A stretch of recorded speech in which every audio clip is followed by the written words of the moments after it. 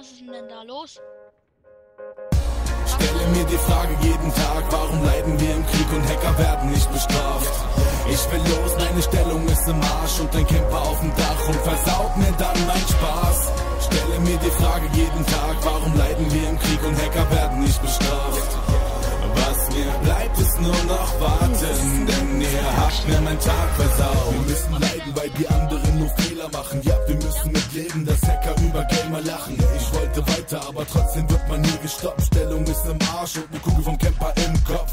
Wieder Respawn, 200 Meter gehen. Heli macht auf Base Rap, die Runde muss ein Ende sehen. Ich wollte zocken, Alter, was ist das Problem? Ich wollte Spaß haben und mir die Grafik ansehen. Wenn die Runde läuft, wird man trotzdem platt gemacht. Kommt ein Hacker mit seinem Aimbot, macht auf Pro in dieser Schlacht. Hab genug gesehen, verliere langsam meine Lust. Drücke Alte 4 und mache fix mit dieser Runde Schluss. Ich bin kein Rage-Quitter, es geht mir ums Prinzip. Es macht keinen Spaß zu zocken, wenn man sowas täglich sieht. Ich hab in Desert eine Base gebaut. Kommt ein Hacker und der hat mir dann den Tag versaut. Stelle mir die Frage jeden Tag, warum leiden wir im Krieg und Hacker werden nicht bestraft? Ich will los, meine Stellung ist im Arsch und ein Camper auf dem Dach und versaut mir dann mein Spaß.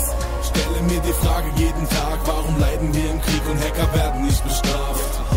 Was mir bleibt, ist nur noch warten, denn ihr habt mir meinen Tag versaut. Yeah, kennst du das, wenn du gute Laune hast, alles läuft nach Plan und